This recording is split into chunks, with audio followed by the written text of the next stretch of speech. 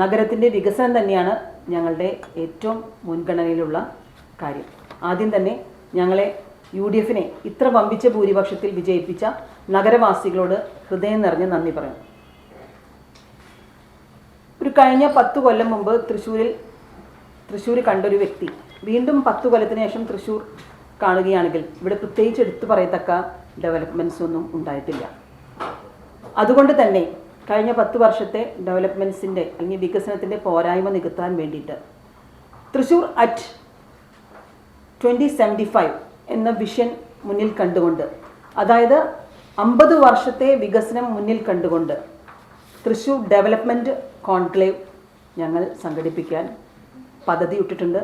ആ കോൺക്ലേവിൽ തൃശ്ശൂരിൻ്റെ എല്ലാ മേഖലയിലുമുള്ള ആളുകളെ ഉൾപ്പെടുത്തിക്കൊണ്ട്, അതായത് ആരോഗ്യം, വിദ്യാഭ്യാസം, business, finance, youth and women, അങ്ങനെ എല്ലാ വിഭാഗം ആളുകളെയും മാധ്യമപ്രവർത്തകരെയും ഒക്കെ ഉൾപ്പെടുത്തിക്കൊണ്ട് ഒരു ഡെവലപ്മെൻറ്റ് കോൺക്ലേവ് സംഘടിപ്പിച്ചുകൊണ്ട് ജനങ്ങളിൽ നിന്നും പൊതുമധ്യത്തിൽ നിന്നും എല്ലാ എക്സ്പേർട്സിൻ്റെയും ഒപ്പീനിയൻ ഉൾപ്പെടുത്തിക്കൊണ്ട് 2075 നമ്മുടെ തൃശ്ശൂർ എങ്ങനെയായിരിക്കണം എന്ന സ്വപ്നം മുന്നിൽ കണ്ടുകൊണ്ട് ഒരു ഡെവലപ്മെൻറ്റ് കോൺക്ലേവ് നടത്താനാണ് ഞങ്ങൾ ഉദ്ദേശിച്ചിരിക്കുന്നത്.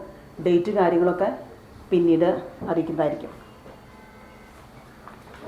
രണ്ടാമതായിട്ട് കോർപ്പറേഷൻ്റെ ഇപ്പോഴത്തെ സാഹചര്യത്തെ കുറിച്ച് ഒരു ധവളപത്രം പുറത്തിറക്കുന്നതായിരിക്കും. ഗതാഗത യോഗ്യമല്ലാത്ത റോഡുകൾ, അതിനുള്ള അറ്റകുറ്റപ്പണികൾ എത്രയും വേഗം പൂർത്തീകരിക്കാൻ വേണ്ടി അതത് പ്രദേശത്തെ കൗൺസിലേഴ്സും അതത് പ്രദേശത്തെ റെസിഡൻസ് അസോസിയേഷനുമായി ബന്ധപ്പെട്ടുകൊണ്ട് ഒരു ഉദ്യോഗസ്ഥ സ്ക്വാഡിനെ ഏൽപ്പിച്ചുകൊണ്ട് ദൈനംദിന പ്രവർത്തനങ്ങൾ പോലെ തന്നെ ഈ സ്ക്വാഡ് വന്ന് ഇത് പരിശോധിച്ച് വേണ്ട അറ്റകുറ്റപ്പണികൾ എത്രയും വേഗം, അതൊരു ഓൺഗോയിങ് പ്രോസസ്സ്, എല്ലാ ദിവസവും നടക്കുന്ന ഒരു പ്രോസസ്സായിട്ട് മുന്നോട്ട് കൊണ്ടുപോകാനാണ് ആഗ്രഹിക്കുന്നത്. നമ്മുടെ നാട് അല്ലെങ്കിൽ നമ്മുടെ നഗരം നേരിടുന്ന ഏറ്റവും പ്രധാനപ്പെട്ട പ്രശ്നങ്ങളിലൊന്ന് തെരുവു നായ്ക്കളുടെ ശല്യമാണ്.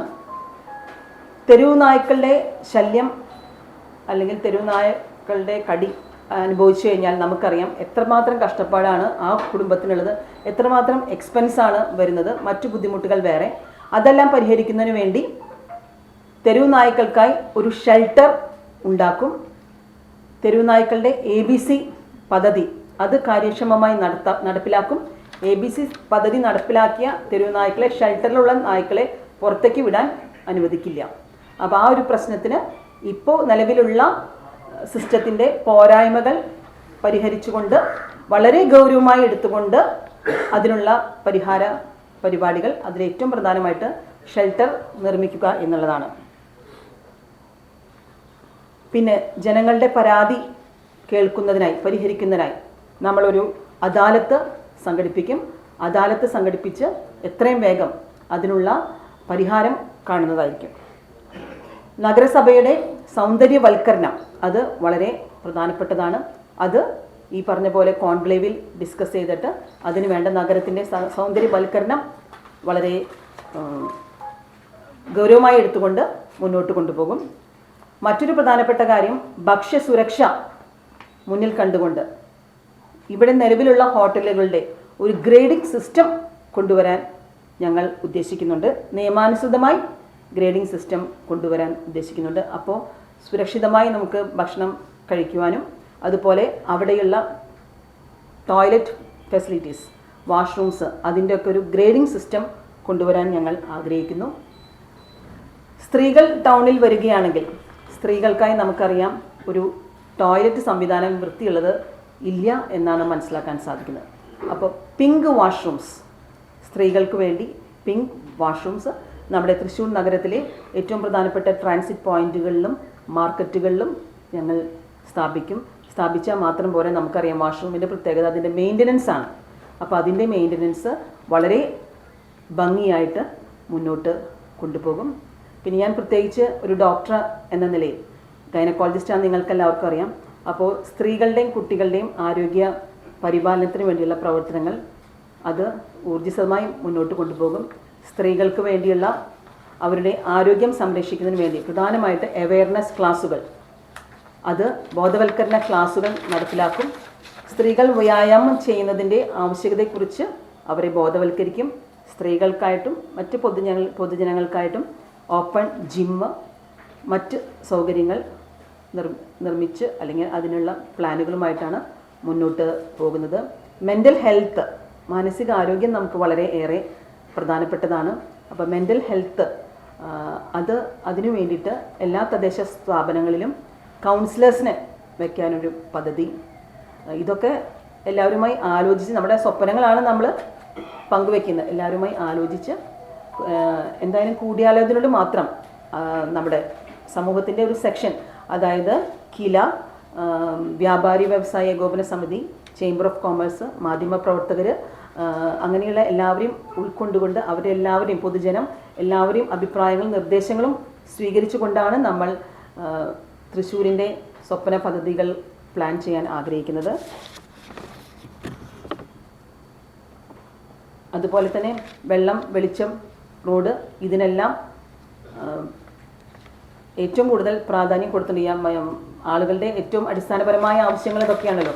അതിന് ഏറ്റവും കൂടുതൽ മുൻഗണന കൊടുത്തുകൊണ്ടുള്ള പ്രവർത്തനങ്ങൾ തന്നെയായിരിക്കും നമ്മൾ മുന്നോട്ട് കാഴ്ചവെക്കുക.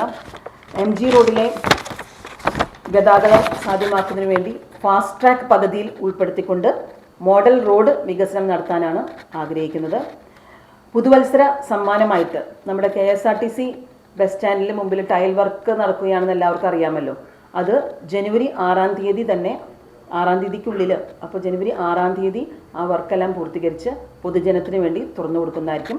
അതുപോലെ തന്നെ ഈ പുതുവർഷത്തിൻ്റെ തുടക്കത്തിൽ തന്നെ നമുക്ക് അരുണാട്ടുകര ടാഗോർ സെൻറ്റിനറി ഹാളിൻ്റെ നവീകരണ പ്രവൃത്തികൾ പൂർത്തീകരിച്ച് അത് തുറന്നു കൊടുക്കും.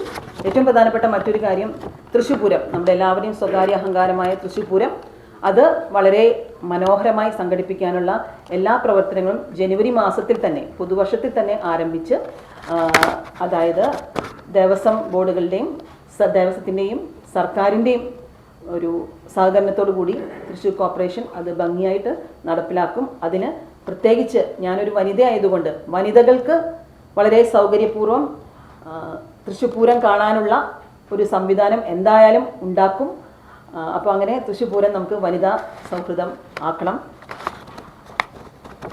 100 ദിന കർമ്മ പരിപാടികൾ, പുതിയ കോർപ്പറേഷൻ ഭരണസമിതി വന്ന് ഞങ്ങൾ യോഗം കൂടി 100 ദിന കർമ്മ പരിപാടികൾക്ക് രൂപം നൽകുകയും കൗൺസിൽ അംഗീകാരത്തിന് വിധേയമായി അത് നടപ്പാക്കുകയും ചെയ്യും. പ്രധാനപ്പെട്ട ജംഗ്ഷനുകളിലെ ട്രാഫിക് ബ്ലോക്ക് അത് ഒഴിവാക്കാനായിട്ട് ഒരു നൂതന ആശയം കൊണ്ടുവരികയാണ്. യെല്ലോ ബോക്സ് ജംഗ്ഷൻ, അതായത് നമ്മൾ ഇപ്പോൾ സ്കൂളുകളുടെ മുമ്പിൽ അല്ലെങ്കിൽ നമുക്ക് റോഡ് ക്രോസ് ചെയ്യുന്നിടത്ത് സീബ്ര ലൈൻ വരയ്ക്കില്ല.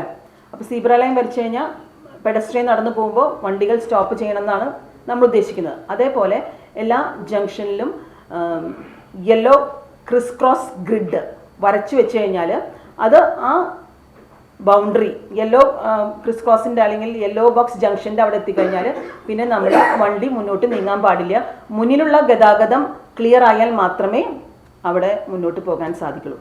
അപ്പോൾ ഒരു സെൻസിബിൾ ഡ്രൈവിംഗ്, നമുക്കത് കുറച്ച് നാൾ പിടിക്കും അതിനൊരു ബോധവൽക്കരണം കൊടുക്കാനായിട്ട്. അപ്പോൾ ട്രാഫിക് പോലീസ് ഇല്ലെങ്കിൽ തന്നെ നമ്മൾ വണ്ടി ഓടിക്കുന്ന എല്ലാവർക്കും ഒരു സെൻസിബിൾ ഡ്രൈവിംഗ്, ഈ യെല്ലോ ക്രിസ് ക്രോസ് ഗ്രിഡ് കണ്ടു കഴിഞ്ഞാൽ, യെല്ലോ ബോക്സ് ജംഗ്ഷൻ കണ്ടു കഴിഞ്ഞാൽ അവിടെ നിർത്തണം. നമുക്ക് മുന്നോട്ടുള്ള വഴി സുഗമമാണെങ്കിൽ മാത്രം മുന്നോട്ട് യാത്ര ചെയ്യാം. അപ്പോൾ സ്വയം ഒരു സെൻസിബിൾ ഡ്രൈവിങ്ങിലൂടെ നമുക്ക് ഗതാഗത കുരുക്ക് ഏറെക്കുറെ ഒഴിവാക്കാൻ അല്ലെങ്കിൽ കുറയ്ക്കാൻ സാധിക്കും. പിന്നെ ശുചിത്വ നഗരം, സൗന്ദര്യവൽക്കരണം, അതൊക്കെ എന്തായാലും നമ്മൾ അതിന് മുൻഗണന കൊടുക്കുന്നതായിരിക്കും.